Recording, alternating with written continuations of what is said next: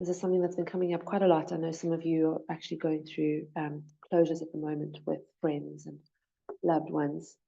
Um, and it can be quite a lot of extra suffering in a culture that hasn't acknowledged death, hasn't acknowledged closure. And so much of this training, actually, especially those of you that are going through level 2, we start looking at shadow integration, and a lot of our fear is coming from the unknown. And the biggest unknown for us in this life is, well, what's next? What's after this life? And all the associated fears with, well, I must do something while I'm here. Do I have a purpose? What is it? All of that. So if we can start, just contemplate. We don't have to go down a whole trajectory of doing death meditations and all of that. But if we can just start to contemplate closing and closing off at the end of a day, there's a death happening there. There's the death of that day. So we can start to work with the concept of death and dying in a gentle way. Those of you who already are practitioners, of course, you'll probably have some rituals, and you'll probably go through, every moon phase as well, every moon cycle, the full moon cycle.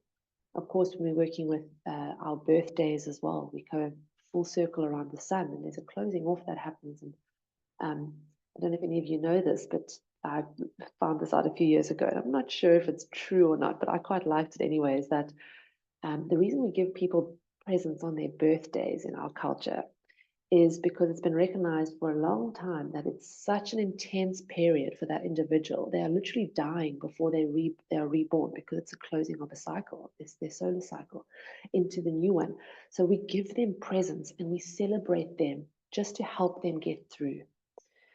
So if you ever go through a birthday and you feel just like a lot, and you don't feel like celebrating, and there's a lot that comes up for you, um, that could be a reason why, because it is intense. There's a dying that's happening. So we don't always have to be celebrating in a happy way, but it is supportive to have community around us during those times and receive the gifts that support. So the same thing, closing off cycles, we can start working with it at the end of the day if you're able to watch the sunset and just really feel into that. There's a dying that's happening of that day that needs to happen so that the night can be birthed. The same thing in the early morning. The night is dying. We don't often think of it that way, right? Because we're going into light now, but there's a dying of the night so that the light can be birthed, the light can be born. So very simple practices, but so powerful to start to work with cycles is to, if you can, be observing the sunrise and the sunset. That liminal space there between light and dark, that forms a full closure, a full circle. And we can start to work with this gently in that way, and then apply that into other phases of our life, so that when the ultimate does happen of someone dies, that we're able to be there, and be there with the space of love, be there for ourselves, be there for others, and really celebrate. We don't have to be having a party and singing songs and be happy about it, but we celebrate in a way that we can grieve, we can mourn. This is also a celebration of the person's life, what they stood for, and the energy that's now being released. The physical body is going back to the earth. That's becoming nutrients for the soil. It's our most ultimate offering that we can give our greatest ancestor, this Mother Earth. So just some things that maybe you want to contemplate around these times, because especially if you've been following the astrological spaces, there's a lot going on. There's a lot of this talk of new paradigm. We need to let go of the old paradigm. How do we do that? Just carry on, slow down and observe nature. Try be part of nature a little bit more. And we can do this just by acknowledging the day starting, the day closing. As well, when we're sitting, just have a moment of stillness for ourselves. Notice the breath. Within one breath cycle, we have a full cycle. We have a full cycle within the breath of out and in. There's a dying that happens on the exhale. There's a release, a letting go, a cleaning, a cutting out, so that in a few seconds later, we can bring in life again.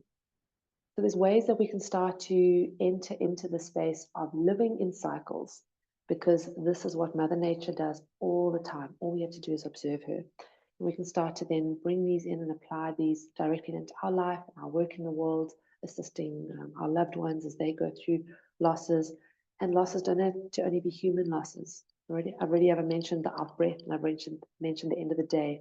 But what if there's a closing of a cycle of a career, a job, a phase of life, children leaving the home, relationships ending. There's so many closings that happen all the time in our life. And it's just so important that we acknowledge them. It will make your life more wealthy. It really will. And through that, the irony, not the irony, the paradox of by contemplating and bringing in death as part of our life, we end up living more fully. So I'm going to leave it there, and just something to contemplate, Of course, we've been working with fire this last module, and it's a very practical